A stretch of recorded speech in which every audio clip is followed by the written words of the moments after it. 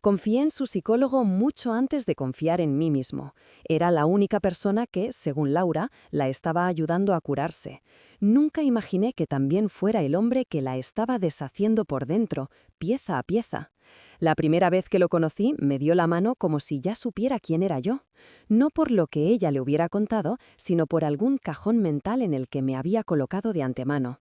El tipo de marido que deja que las cosas se le escapen, el que trabaja demasiado, el que se convierte en problemas sin darse cuenta. Su consulta estaba en un piso antiguo de Chamberí, techos altos, molduras gastadas y ese esfuerzo por parecer acogedor que tienen las clínicas privadas de Madrid. Olía a menta y a papel viejo.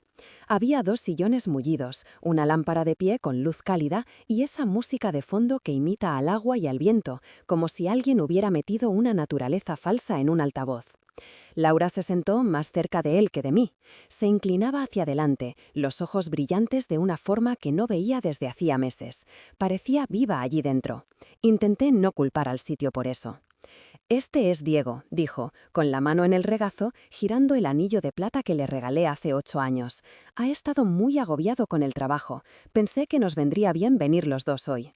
Él me sonrió como si estuviera aliviado de que por fin hubiera aparecido, como si llegara tarde a mi propio matrimonio.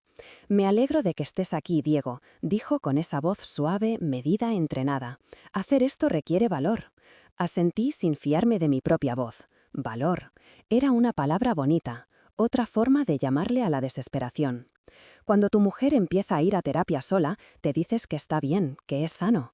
Cuando empieza a volver a casa con secretos en la mirada y una nueva distancia en la voz, deja de parecer sano. Hizo preguntas delicadas. ¿Cómo nos conocimos? ¿De qué discutíamos? ¿Qué echábamos de menos del principio? Yo miraba más a Laura que a él. ¿Cómo se encendía cuando hablaba de los primeros años? ¿Cómo se endurecía su cara cuando describía en lo que me había convertido? «Se cierra», le decía a él, no a mí. Llega a casa, cena, mira el móvil y se mete en la cama. Es como vivir con un fantasma. Me dolió porque era verdad. El trabajo se lo había comido todo. El tiempo, la paciencia, la capacidad de estar presente cuando cruzaba la puerta de casa. Que la mujer a la que quería me llamara fantasma fue como mirarme desde fuera, con la frente pegada al cristal de mi propia vida. «¿Te sientes como un fantasma, Diego?», preguntó él. Tragué saliva. «A veces», dije. «A veces siento que me paso el día intentando no fracasar y me olvido de vivir». Asintió despacio, como si acabara de confirmar algo que ya sospechaba. «Eso es importante», comentó. «Estás intentando no fracasar. ¿Qué significa eso para Laura? ¿Y para vuestro matrimonio?». Era una pregunta sencilla, pero me abrió en canal. Esa era su habilidad. No empujaba, dejaba que el silencio hiciera la mitad del trabajo. Y en ese silencio yo escuchaba cosas que llevaba años ignorando. Al terminar aquella primera sesión me sentí raro, más ligero. No arreglado, no perdonado, pero visto. Me dio las gracias por haber ido. Laura me apretó la mano. Por primera vez en meses pensé, a lo mejor esto se puede arreglar. Ese fue el anzuelo. No sus palabras, ni sus diplomas colgados en la pared, ni la estantería llena de libros sobre apego, trauma y no sé cuántas cosas más. La trampa fue la esperanza. La esperanza te deja ciego para todo lo demás. A partir de ahí, todo cambió, poco a poco. Laura empezó a verle 2 veces por semana, una sesión individual y otra conjunta. Al principio estaba agradecido. Dejó de saltar por cualquier cosa, volvió a dormir del tirón. Las ojeras se le fueron difuminando, pero aparecieron otras cosas igual de nuevas. Empezó a usar expresiones que nunca le había oído.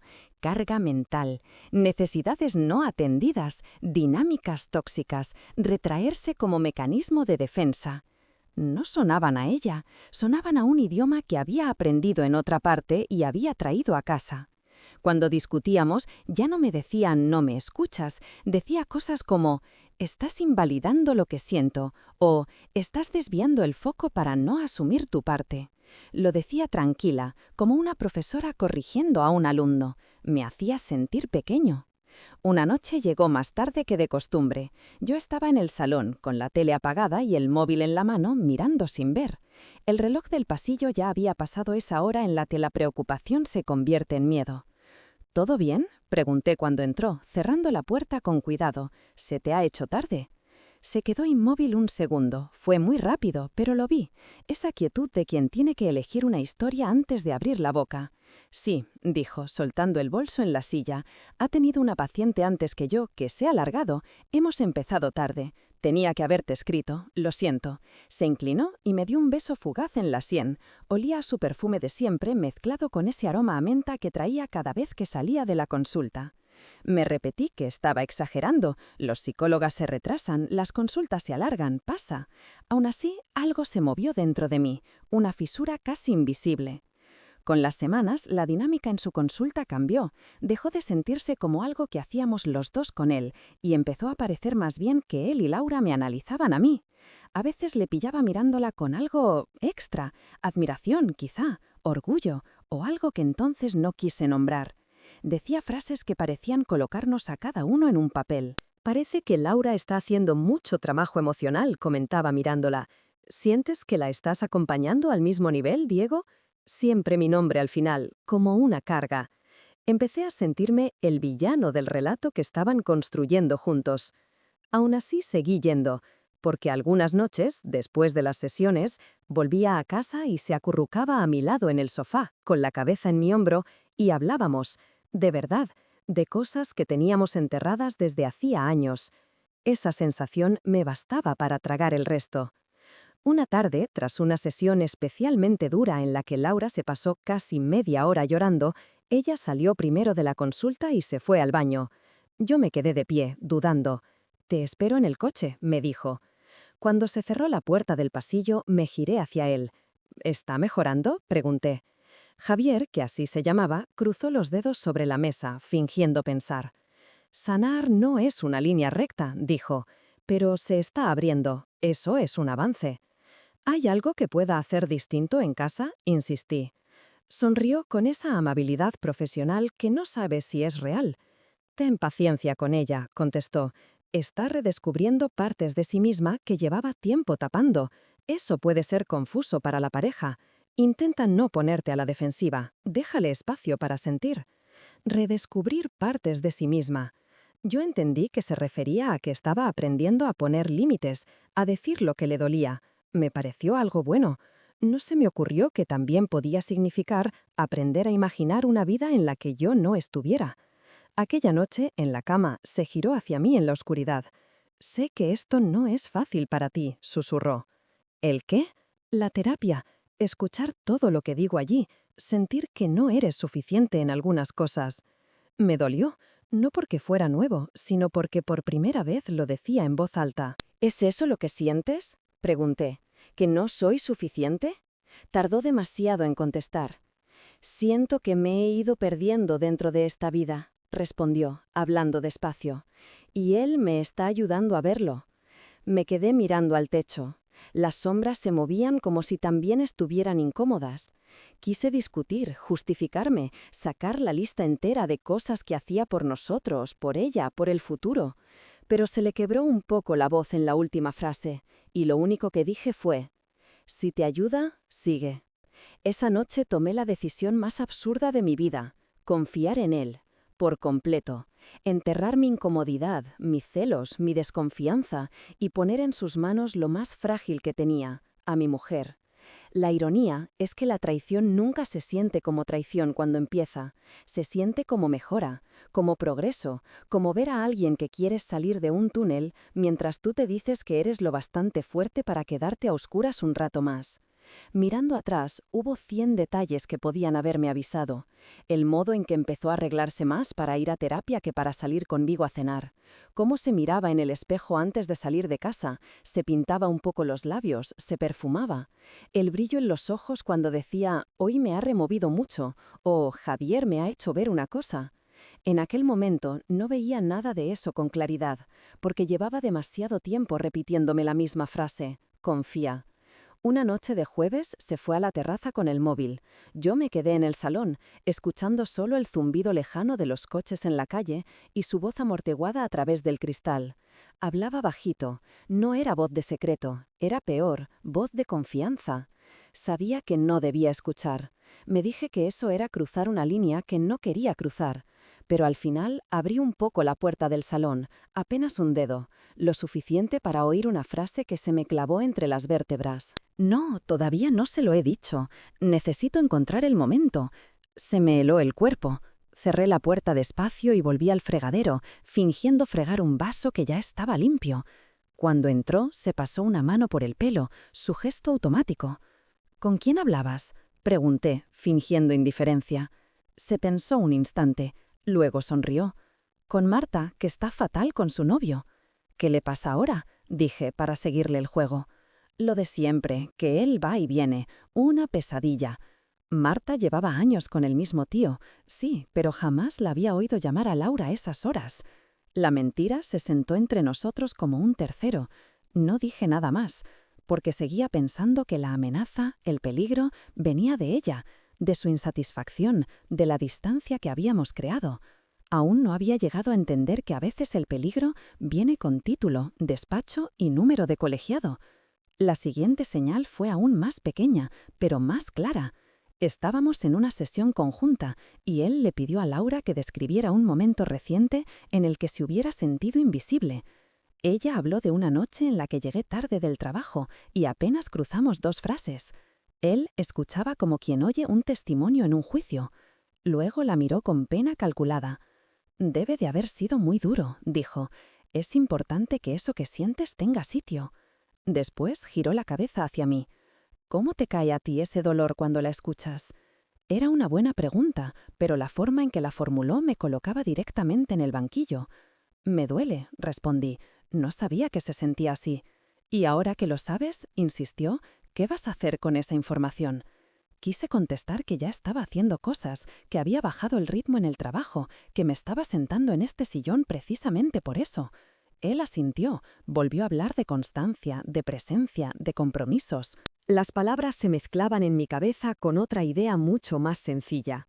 Aquí soy el malo. A la salida de esa sesión, ella miraba por la ventanilla del coche, los edificios de Madrid pasando como sombras. «¿Tú crees que estamos avanzando?», le pregunté. Encogió los hombros. «No lo sé, a veces sí, a veces no». Otra noche me desperté casi a las 3:30 de la madrugada. La cama estaba medio vacía. Me levanté medio dormido y la encontré en el salón, sentada en el sofá, con el móvil entre las manos y la cara iluminada por la pantalla. Cuando me vio, pegó un pequeño respingo. «¿No podías dormir?», pregunté. «He tenido una pesadilla», respondió, bajando el brillo del móvil. «No quería despertarte». «¿Quieres contármela?». Negó despacio. «Ya lo hablaré, en terapia». Otra vez esa cuerda invisible tirando de ella hacia otra persona. Un par de días después salimos a cenar por el centro, un sitio pequeño en La Latina que nos gustaba desde hacía años. Ella apenas probó la comida. Jugaba con el tenedor, distraída. «¿Estás bien?», pregunté. «Sí, solo cansada». «¿Cansada de qué?». Se mordió el labio, buscando las palabras. «De todo». Después de cenar, se duchó y se metió en la cama pronto. Su móvil se quedó cargando en la mesilla. No iba a mirarlo. Me seguía agarrando a eso como a la última forma de respeto que quedaba en pie. Pero cuando vibró pasada la 1, mis ojos se fueron solos hacia la pantalla.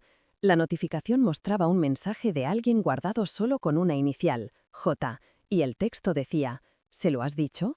El suelo se me movió.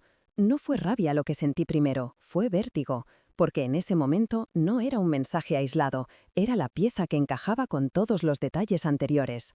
Dejé el móvil exactamente donde estaba. Cuando salió de la ducha me miró de reojo, como si intuyera que algo había cambiado. «¿Todo bien?», preguntó. «Sí», mentí. La siguiente vez que tuve un hueco, salí antes de la oficina y aparqué frente al portal donde estaba la consulta. No tenía un plan, no pensaba subir, solo necesitaba ver algo con mis propios ojos. A las 6:30 la vi bajar del coche. Se miró en el retrovisor un segundo, se colocó el flequillo, se pintó un poco los labios. Sonrió de esa manera que antes era solo para mí. Él abrió la puerta del portal desde dentro, como si la estuviera esperando. Se dijeron algo que no oí. Ella rió. Él hizo un gesto y caminaron por el portal hacia el ascensor. Justo antes de desaparecer, Javier apoyó la mano en su brazo. Un toque leve, casi nada. Pero ella no se apartó. No pareció pillarla por sorpresa. Se inclinó un poco hacia él, como quien se acerca a un lugar conocido. No lo cedí. No los llamé. Me quedé dentro del coche, con los dedos clavados en el volante, un zumbido constante en los oídos. Siempre había imaginado la infidelidad como algo ruidoso, gritos, discusiones, portazos. Aquello fue silencioso, colaborativo, natural. La esperanza, ese último hilo, empezó a romperse. Esa noche me costó horrores dormir. Cuando por fin caí rendido, me despertó otro sonido. ¿Su voz? Estaba a mi lado, dormida, murmurando algo. Tardé unos segundos en entender la palabra. No dijo mi nombre, dijo el suyo. Lo repitió en un susurro, con una ternura que llevaba meses sin oír dirigida a nadie. Me senté en la cama, con el corazón a golpes contra las costillas. La miré a oscuras, la mano sobre su almohada vacía, aferrando aire. No la desperté, no dije nada, pero algo en mí se rompió de forma distinta, más profunda. Por la mañana se levantó como siempre, hizo café, preparó su bolso. «Hoy tengo sesión individual», comentó, abrochándose el abrigo. «No sé a qué hora volveré». Asentí sin mirarla. Cuando se marchó, encendí el portátil que usamos los dos. No buscaba nada concreto, solo necesitaba saber hasta dónde llegaba aquello. Abría carpeta de su nube, esas copias automáticas que nunca mirábamos. Había un archivo de audio nuevo, sin nombre, de la tarde anterior. Lo abrí. Al principio solo se oía un roce, como cuando metes el móvil en un bolsillo. Luego la voz de él. «No deberías preocuparte tanto por cómo va a reaccionar», decía, con ese tono que yo ya conocía. «Es tu vida». La voz de ella sonó más baja, cerca del micrófono. «No quiero hacerle daño». «Ya está hecho», respondió él, «solo que aún no lo sabe». Hubo un silencio y después un susurro que todavía me despierta por las noches. «No quiero que se entere». Paré el audio, lo volví a poner desde un poco antes. Escuché el «no quiero que se entere» 3 veces, hasta que ya no era una frase sino un golpe seco. No era dependencia emocional, no era confusión, no era una fantasía platónica. Ella estaba pidiendo activamente que yo siguiera en la oscuridad. Él asentía. En ese momento la duda murió. Sentí rabia, sí, pero sobre todo una claridad fría. Ya no estaba loco, ya no era un marido inseguro imaginándose cosas, tenía la prueba delante. Guardé el archivo, lo mandé a mi propio correo, cerré el portátil. Por la tarde, cuando volvió a casa, me dio un beso rápido en los labios como siempre. «¿Qué tal el día?», preguntó. «Largo», contesté. Y por primera vez, mientras la miraba moverse por la cocina, supe que nuestra historia ya no dependía de lo que ella quisiera contarme, dependía de lo que yo quisiese hacer con lo que había oído. No hice escena esa noche, esperé. Es curioso lo que puedes soportar cuando sabes que estás a punto de apagar algo para siempre. Al día siguiente llamé a la clínica. Pedí cita con Javier con la excusa de que necesitaba hablar de algo importante sobre la terapia. La recepcionista me hizo un hueco al mediodía. Entré en la consulta y él me recibió con la misma sonrisa suave. «Dime», dijo, señalando el sillón.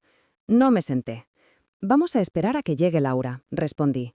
Se le tensó la mandíbula. «No creo que sea buena idea sorprenderla así», empezó. Saqué el móvil. «Lo que no es buena idea», le corté, «es acostarse con una paciente casada». El silencio fue casi físico. Sus ojos bajaron al teléfono. No hizo falta que pusiera el audio. Creo que en ese segundo supo exactamente qué tenía yo. «Entiendo que estés dolido», dijo al fin, agarrándose al único guión que conoce, el de la contención profesional. «Las relaciones de pareja en crisis son complejas, a veces se malinterpretan cosas». Le di al play. Su voz llenó la habitación. La de Laura. El silencio. El «no quiero que se entere». Cuando paré el audio, él ya no sonreía. «Diego», empezó.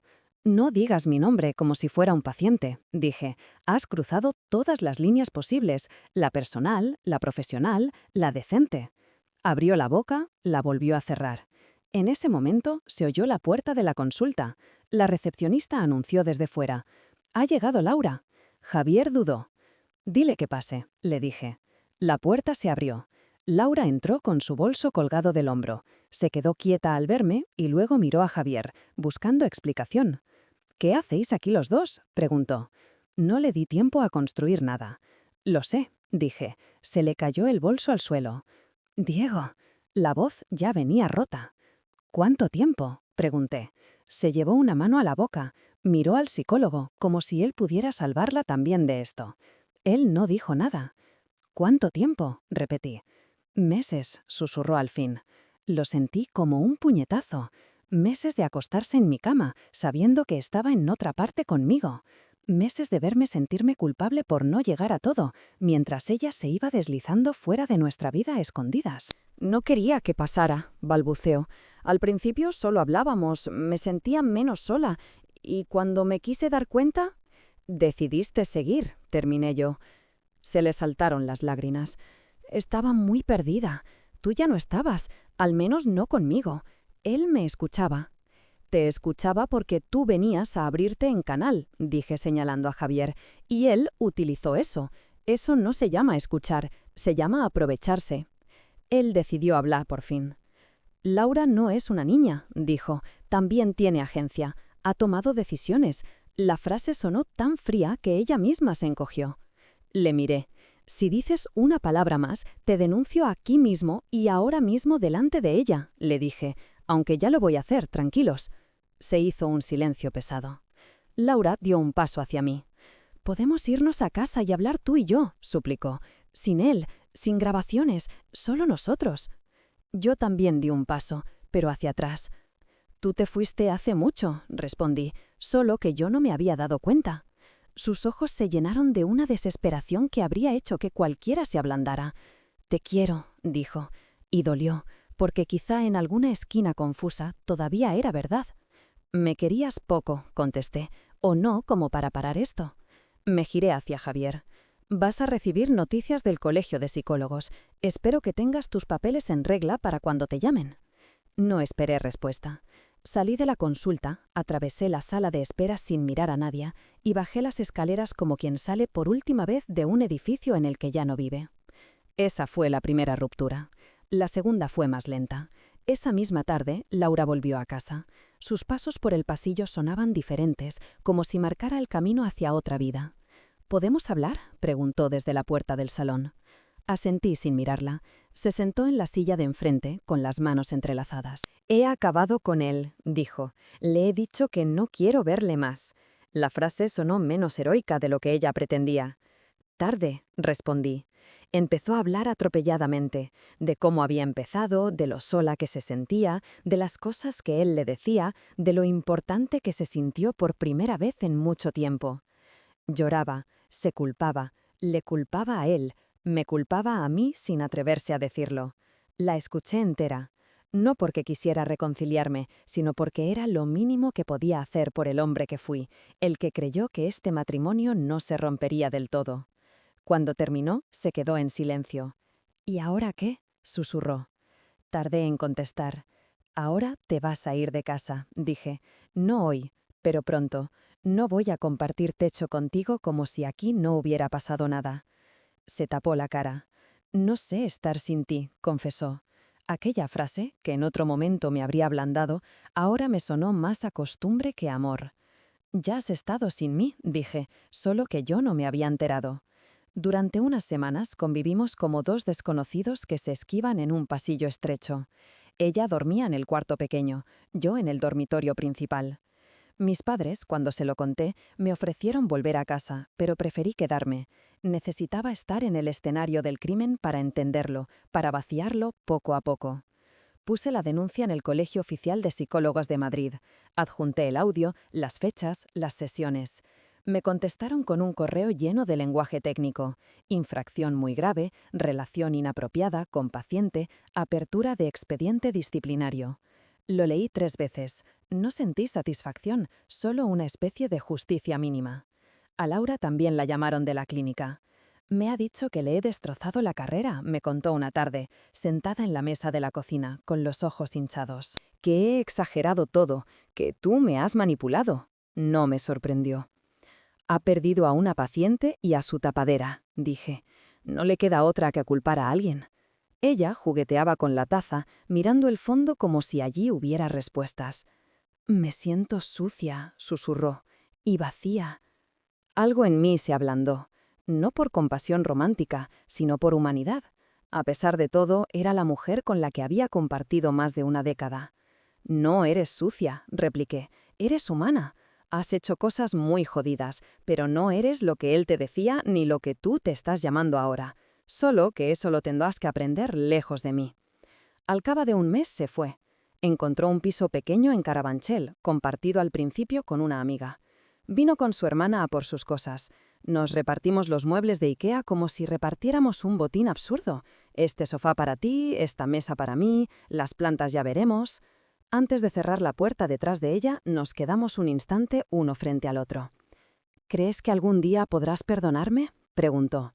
Lo pensé de verdad. No lo sé, contesté, pero aunque pudiera, no volvería contigo. Asintió despacio, como quien recibe una nota que ya sabía que traía un suspenso. Después se fue. La casa se quedó extrañamente silenciosa. No era solo que no estuviera su voz o su risa, era que faltaba una energía, una presencia. Durante semanas me levanté esperando oírla en la ducha o ver su taza en el fregadero. Cada ausencia era un recordatorio. Poco a poco, el silencio dejó de ser un castigo y se convirtió en espacio. Empecé a volver a casa a una hora decente, no por obligación con nadie, sino por mí. Cocinaba cosas sencillas, cenaba viendo partidos sin que nadie me hablara de dinámicas ni de cargamentos emocionales. Salía a correr por el Retiro los domingos. Quedaba con amigos con los que había perdido el contacto. Fui a terapia yo también, con una mujer de unos 50 años en Lavapiés, que desde la primera sesión dejó claro que allí no había medias tintas. Lo que te ha pasado es una traición doble, me dijo, de pareja y de un profesional. Eso deja huella. Pero también puedes decidir qué haces tú con esa huella. No me salvó, no era su trabajo, pero me sujetó mientras yo me reconstruía. De él supe más tarde por un correo del colegio. Le habían inhabilitado varios años. Perdió la plaza en la clínica. No me alegré, no salté ni descorché nada. Fue simplemente lo que tenía que pasar. De Laura supe por fotos sueltas en redes que todavía compartíamos por inercia. Salía en alguna terraza de Lavapiés, con amigas, copa de vino en mano. Una vez la vi en una story en la playa en Cádiz. Sonreía. Pensé, menos mal. La última vez que nos cruzamos fue casi un año después, en un Mercadona del barrio. Yo iba con una cesta medio vacía, ella con un carro casi lleno. Nos vimos al girar la misma esquina, entre la sección de lácteos y la de embutidos. Se quedó quieta. «Hola», dijo. «Hola». Nos miramos un segundo que pareció muy largo. «¿Cómo estás?», preguntó. «Bien», respondí, y era verdad. No perfecto, no feliz para siempre. Bien, una palabra sencilla. «Me alegro», dijo, y sonó sincero. Asentí hacia el pasillo. «Espero que tú también», añadí. Se le humedecieron los ojos, como si no se esperara esa frase. «Voy aprendiendo», contestó. No hubo discursos, ni si pudiera volver atrás, ni nadie me ha querido como tú.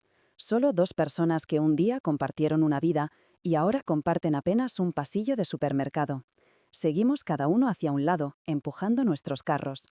Esa noche, ya en casa, pensé en todo lo que había pasado. En el chaval que conoció a Laura en una fiesta de un piso de Malasaña, en la pareja que se prometió elegirse cada mañana, en el hombre que confió en un psicólogo para salvar lo que ya estaba resquebrajado. Pensé en la frase que más se me había quedado grabada del audio: «No quiero que se entere». Y entendí algo que hasta entonces solo había rozado. La gente no siempre engaña para sustituirte, a veces engaña para sustituir la versión de sí misma que no soporta mirar. Y a veces la persona que les ayuda a hacerlo no es un amante cualquiera, ni un compañero de trabajo, ni un amigo de toda la vida. A veces es el profesional al que le has entregado tus secretos, tu historia, tu miedo más íntimo a perder a quien quieres. A veces la traición llega firmada con un número de colegiado. Yo no salí de todo aquello mejor persona de la noche a la mañana. Salí roto, rabioso, desconfiado. Pero con el tiempo entendí que tenía dos opciones: vivir desde esa rotura para siempre o dejar que se curara con su propia textura, con su propia cicatriz.